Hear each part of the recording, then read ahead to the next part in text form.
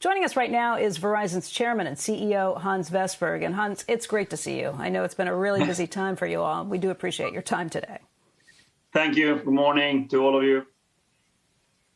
Let's talk a little bit about what you are seeing in terms of consumer demand. I realize that it's shifted from the workplace and from urban areas really out to residential areas and probably more suburban areas. So what does that look like for you? What kind of surge have you seen, and how have you been handling the change and where that traffic's coming from?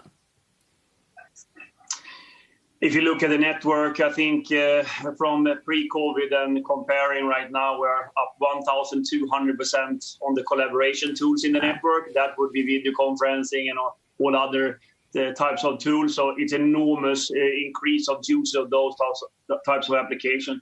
Gaming is up 120, 150% in the network. Streaming, downloads, all is up quite dramatically as we have so many people at home. At the same time, we saw at the peak that the mobile handoffs, meaning when people are how they are moving between the different radio cells, was down 35%. So that would say that people are really staying at home. That has eased off the last 2 weeks. So now we see only 80-90% reduction in handoffs compared to pre-COVID. So enormous surge on the new type of tools working from home. Easiness of how they are moving around in the country. All in all, our network has kept up extremely well in this. And we have had very, very little to none sort of issues with the network. So we're very happy how we can serve the country in these times. Hans, even though you are more important than ever when it comes to the nation and how people are using you, you have withdrawn your guidance for 2020, at least in terms of revenue, because obviously it's uncertain times for everybody. And I know that wireless subscribers have come down as a result of probably some people hitting some hard times, too. I guess what I wonder, first of all, is how you handle any declines that you see in revenues or additional spending that you have to do. Capex is something we're watching very closely, and that's one of the first things that a lot of companies are saying they're going to cut is capital expenditures. Are you cutting capital expenditures, and what does that mean for the 5G rollout? So our result from the first quarter was a small decline, and we saw that at the end of the quarter. So still we had a good quarter. We continue with guidance on bottom line, but not on top line. When it comes to our Capex, we actually increased our Capex in the beginning of the pandemic because we thought it was a good time, first of all, to see what the capacity would go. That we handled well. But now we also see that it's a good moment for accelerating our 5G build-out. So we increased our guidance from 17 to 18 billion US dollars a year on Capex to 7.5 to 18.5 billion US dollars. So we actually saw a momentum for increasing Capex because our networks are more used than normal. And I see, of course, with the whole shelter in place and all of that, many of our services that we are building with 5G becomes even more important when we come to what we call the new normal. Hey. Andrew has a question, but I do want to follow up really quickly with this, just very quickly, and then over to Andrew. In terms of where you're spending, Hans, has that changed? Because obviously you guys were building out in cities, a lot of places before, and I just wonder, as usage has switched, are you changing the places where you are trying to build out the 5G, or is it kind of sticking with the plan that you had before?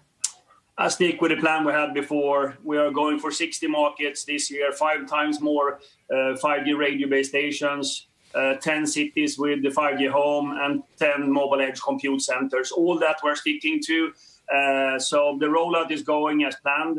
We are on plan so far this year, of course, with some obstacles. But in general, our team has been very innovative and worked with all their constituencies in order to continue the rollout.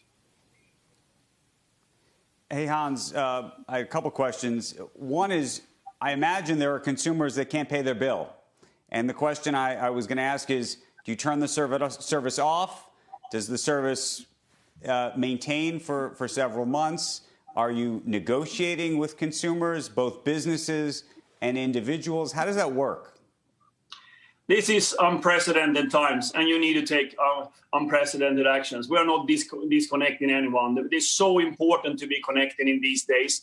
We have what we call Keep America Connected, which means that if you have problems because of COVID-19, you're distressed financially, we actually keep you connected. We're not disconnecting you. We have today roughly 800,000 customers that have said that they have challenges with it. that is 2.5% of our total customer base. And the majority of them actually had the credit history with us before as well. So it's many that has been having problems before that is now accentuated in this crisis. So that's how we do it. And I think you have to take balanced decision in these times, that serving your customers, your employees, the society at the same time as shareholders, and you need to do it long term. This is totally unprecedented. No one has been part of a pandemic of this size ever before. And I just wanted to go back to, Becky asked you a very smart question about this issue of cities versus suburbs versus your plans. And I know you said that you don't anticipate changing your current plans, but given the sort of shift, if you believe there's a shift, and that's where I'm going with this, the conventional wisdom is there's going to be a shift away from cities over the next 5 years, maybe longer. I don't know. Maybe you believe that, maybe you don't.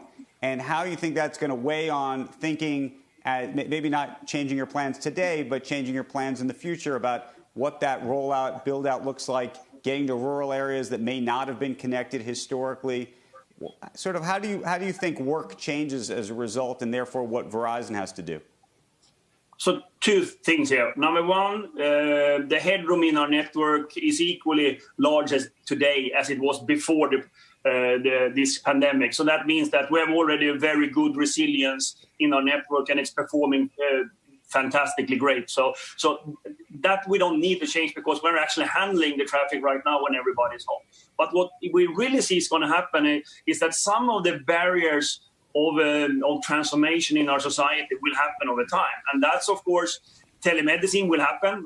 We have been fighting for years, to see that people are actually using technology for telemedicine. It's going to be a mix on online learning and physical learning. All that will change, and you need different applications for it. But the network so far, what we see, is handling that very well. And of course, we're always going to be attentive.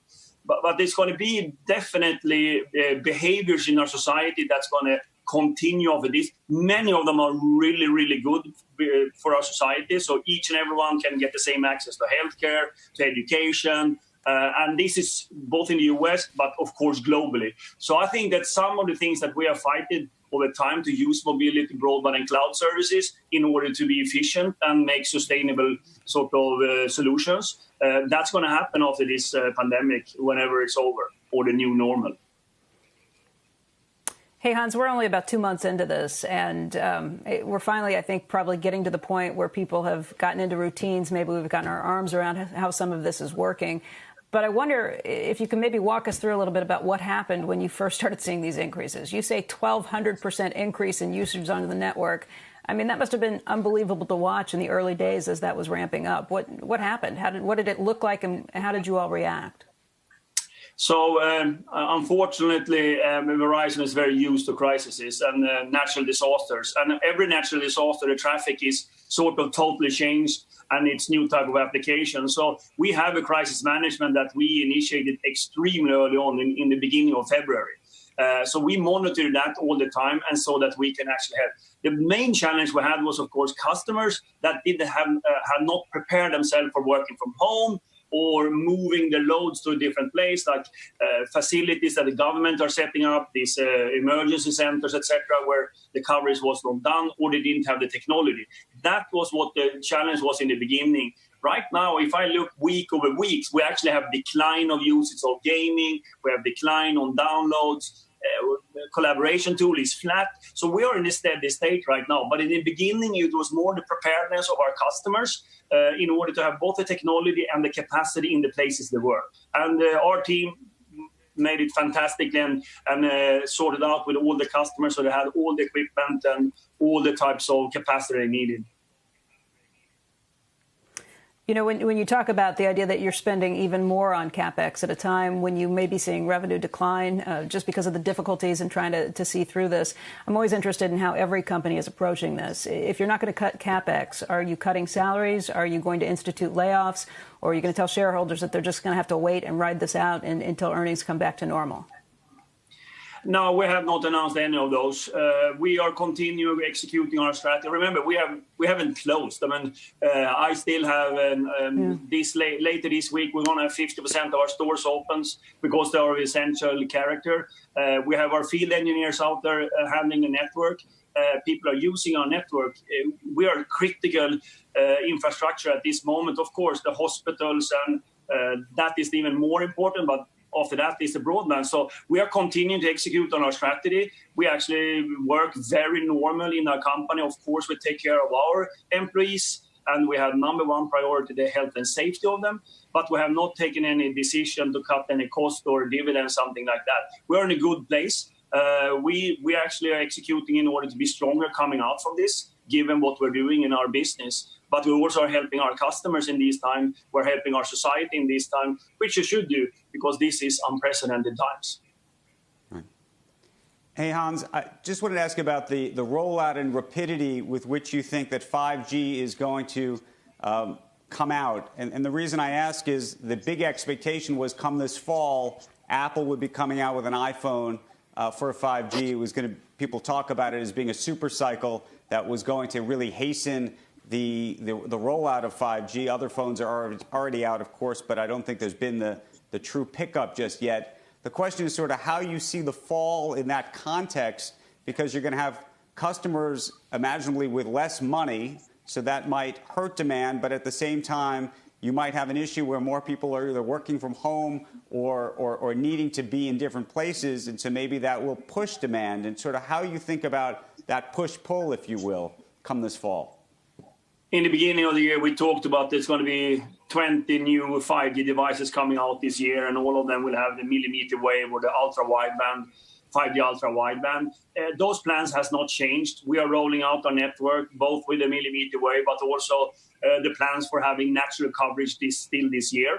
Then, as I said so many times before, this market has a high penetration of Apple phones. So the day they decide to come out with a 5G phone, I think that's when we're going to see a big pickup for 5G consumers. Even though Samsung has been out with great phones for a while and LG as well, but given the market shares and the sort of the relentless issues moving between Android and iOS, which is not happening. I think when iOS and Apple will come out with a 5G phone, that will be different in the consumer segment.